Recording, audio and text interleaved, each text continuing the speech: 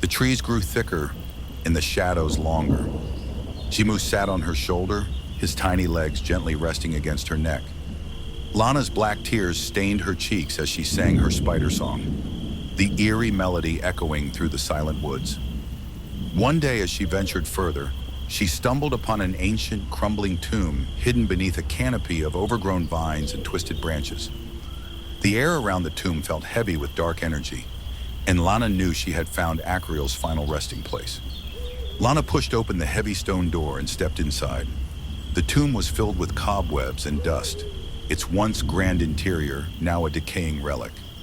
Shimu crawled down her arm and sat in her hand, his presence a comforting reminder that she wasn't alone. As she explored the tomb, she discovered ancient inscriptions and carvings detailing Acreal's dark deeds. He had killed many people, including innocent children, in his quest for power. Lana learned that Acreal had spared her and transformed her because he wanted a slave to do his dirty work, allowing him to focus on becoming stronger. As Lana delved deeper into the tomb, she heard a faint scream echoing from below. Following the sound, she descended into a hidden chamber. There she found a man chained up, his legs cut off and his face mutilated beyond recognition. The air was thick with the stench of decay and suffering. The man, upon seeing Lana, trembled in fear. "Acreal, is that you?" he whimpered.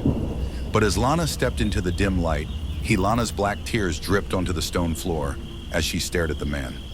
She felt a pang of hunger, a dark urge to end his misery and feed on his fear.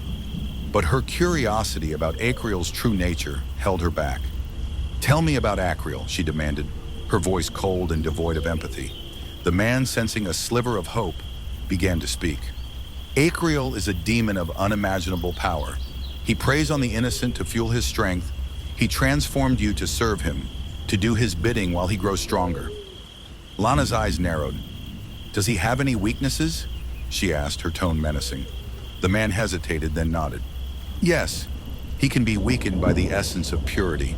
A pure heart, untainted by darkness, can harm him. But such purity is rare."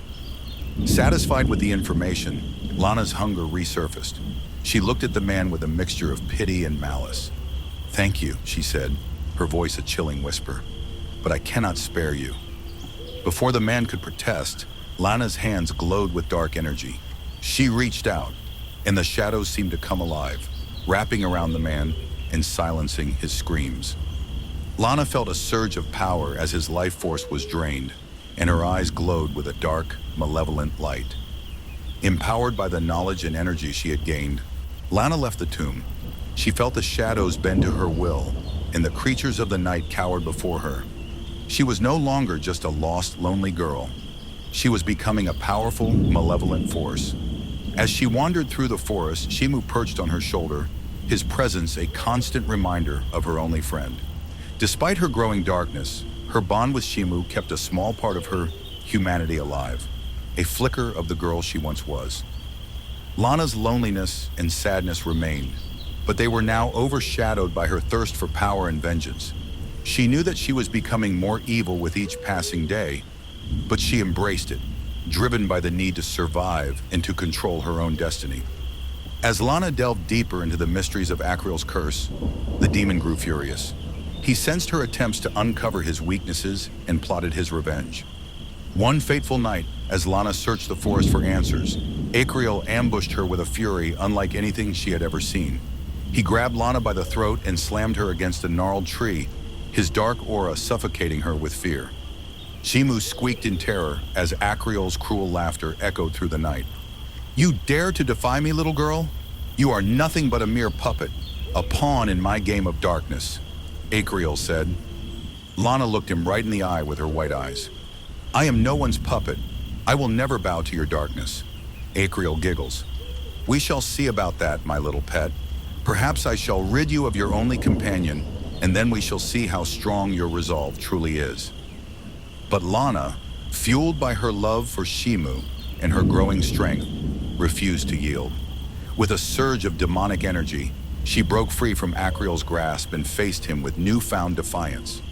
Her eyes blazed with red light, and her voice rang out with a chilling command. "Put him down!" In a desperate attempt to regain control, Akriel reached for Shimu, intending to crush Lana's only friend before her eyes. But as his hand closed around the tiny spider, he was met with a force he had never encountered before. Three shadows materialized from the darkness, grabbing Akriel and pinning him to a nearby rock. He struggled against their grip, but it was futile. For the first time in his existence, Akriel felt true fear. As Akriel writhed in terror, Lana's smile widened, revealing rows of needle-sharp teeth. Her voice, once soft and innocent, became a haunting melody, echoing through the forest. To Lana's astonishment, Shimu was alive. The tiny spider had escaped Akriel's grasp and found refuge in Lana's hair. "If you have a problem with Shimu, then you've got a problem with me," Lana said.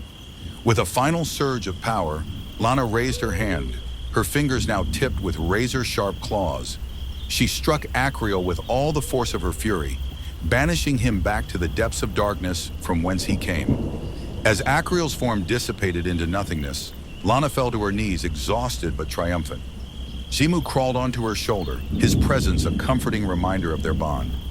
As she resumed her travels through the forest, looking for her next victim. But with Akriel gone, who was there to stop her now?